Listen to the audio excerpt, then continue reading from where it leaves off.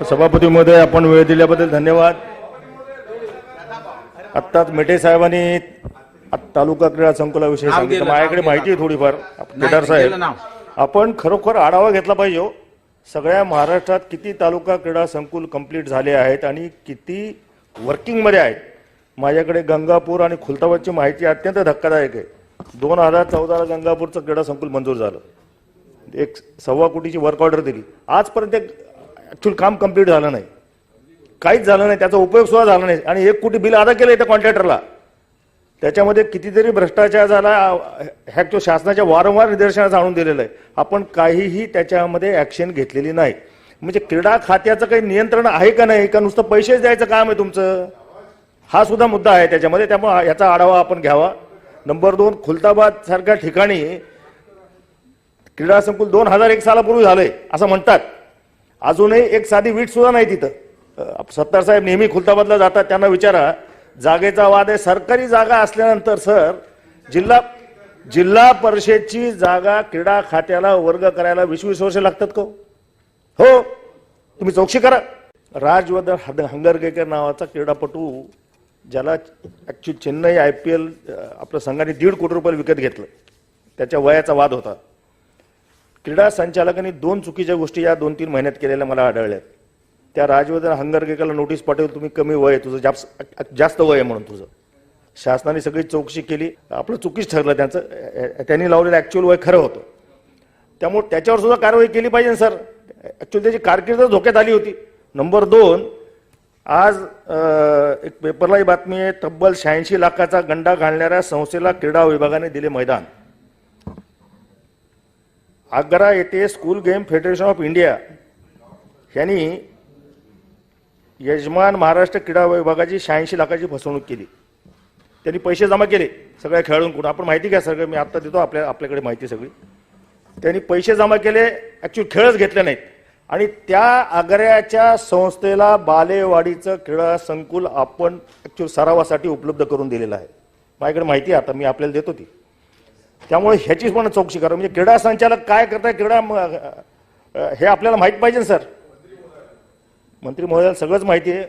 Action किती घेतात मला माहित नाही, पण नक्कीच मला खात्री आहे त्यांना. माझा अनुभव केदार साहेबांचा असा आहे की जी माहिती त्यांना दिली गेली ताबडतोब त्यांनी ऍक्शन आतापर्यंत घेतलेली आहे. त्यामुळं हे 2-3 उदाहरणं मी दिले. पूर्ण महाराष्ट्रात अशा गोष्टी असतील आणि ह्याच्याकडे आपण एकदम जबाबदारीने लक्ष द्यावं. कारण क्रीडा खातं ही महाराष्ट्राची शान आहे आणि अत्यंत जबाबदारीनं हे खातं आपल्याकडे आलेलं आहे. त्यामुळे आपण याच्याकडे लक्ष द्यावं विनंती करतो आणि थांबतो. आमच्या काही सन्मान्य आमदार लोकांनी त्याचा उल्लेख करत असताना काही संकुलाबद्दल आपली त्या ठिकाणी असलेली खंत व्यक्त केली आणि ही गोष्ट मला मान्यच आहे त्या ठिकाणी की काही ठिकाणी संकुल प्रधान. आणि म्हणून ह्या राज्यातल्या क्रीडा विभागाचे असलेले जे संकुल आहे त्या संकुलावर जोपर्यंत त्या ठिकाणी असलेले कोचेस चांगले राहत नाही तोपर्यंत ते संकुल नीट चालू शकत नाही. त्या ठिकाणी आम्ही इन्फ्रास्ट्रक्चर उभं करून टाकू. आम्ही त्या ठिकाणी ग्राउंड्स तयार करू, त्या ठिकाणी बॅड हॉल बांधू, ट्रॅक तयार करू, पण समजा तिथे कोचेस नसले तर कोण त्या ठिकाणी चालवा. आणि दुसरा महत्त्वाचा विषय त्या ठिकाणी आहे की रिकरिंग एक्सपेंडिचर जे आहे त्या ठिकाणी मेंटेनन्स एक्सपेंडिचर हा सुद्धा मोठा विषय आहे. आणि म्हणून आम्ही ह्या खात्याकडनं सैनिक विभाग जो आहे, मिलिटरीवाले जे रिटायर्ड मिलिटरी पर्सन्स त्यांच्याकडनं आम्ही यादी मागितलेली आहे. आणि त्यांचे त्या जिल्ह्यामध्ये त्या लोक ते मिलिटरीमध्ये रिटायर झालेले लोक तिथे असतील तर त्यांना आम्ही तिथे कोचेस त्यांना म्हणून त्या ठिकाणी नेमण्याची आमची प्रक्रिया सुरू करतो, जेणेकरून त्यांना चांगलं काम करता येईल. आणि त्याच्या माध्यमातून चांगलं, कारण मिलिटरीचं आणि स्पोर्ट्स डिपार्टमेंटचं एक नातं आहे, ते म्हणजे डिसिप्लिन, अनुशासन म्हटलं म्हणजे त्यांचं आशय. आणि मग तशा प्रकारे आम्ही त्या ठिकाणी नेमतोय. सन्मान्य आमच्या सतीश चव्हाण साहेबांनी त्या ठिकाणी आम्हाला ज्या गोष्टी आपण त्यांना लक्षात आणून दिल्या की एका स्पोर्ट्समनच्या त्याच्याबद्दल चुकीची तक्रार झाली, त्या संबंधीचं आमच्या डिपार्टमेंटच्या माध्यमातून पूर्ण शहानिशा करून घ्यायच्या अगोदरच त्या ठिकाणी जरा अतिताईपणा दाखवला. मी नक्कीच आपल्याला विश्वास होतो आहे खात्याच्या मंत्री नात्याने की अशा प्रकारचं त्या एखाद्या स्पोर्ट्समनचं संतुलन बिघडण्याचं काम आमच्या खात्याकडे जायचं असेल तर खात्याच्या त्या अधिकाऱ्याला सुद्धा त्या जिम्मेदारीने त्याच्याबद्दल त्याची नक्की त्या ठिकाणी त्याच्यावर आम्ही त्याच्यावर कारवाई करू, अशा प्रकारचा आपल्याला त्या ठिकाणी विश्वास देतो. त्यांना आहे राईट टू रिप्लाय, तुम्हाला नाही. मी आपल्याला सतीश चव्हाण साहेब आपल्याला त्या ठिकाणी जुने जे क्रीडा संकुल आहे त्याला सुद्धा त्या ठिकाणी त्या रेशोमध्ये देणार आहे, 60% देणार आहे. जे कंप्लीट झाले त्याला 60% नाही देणार नाही लाडसाहेब जरा आणि त्यांची मी आपल्याला सगळ्यांची हेच पूर्ण सांगतो उद्या भाषण सतीश नंतर सतीश आपण चव्हाण बोलूया. साहेब, याच्यामध्ये हे महाविकास आघाडीचं सरकार आहे, हे सन्मान्य मुख्यमंत्री उद्धव ठाकरे साहेबांचं सरकार आहे, राज्याचे उपमुख्यमंत्री अजित पवार साहेब आहे.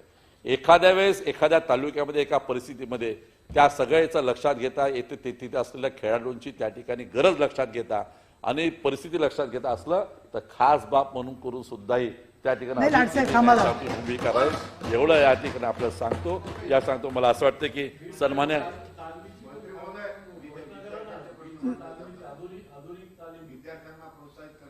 विद्यार्थ्यांना मी आपल्याला सांगतो की विद्यार्थ्यांना प्रोत्साहित करण्याच्या दृष्टिकोनातून आपण जे सांगितलं की त्यांना अधिकचे मार्क द्यावे त्या ठिकाणी, त्याच्यावर आम्ही आपलं जे सजेशन आहे याच्यावर नक्कीच अभ्यास करतो आणि त्या ठिकाणी योग्य प्रकारे त्याच्यावर एक नवीन पॉलिसी तयार करतो. थोडा अभ्यास करण्यासाठी वेळ द्यावा.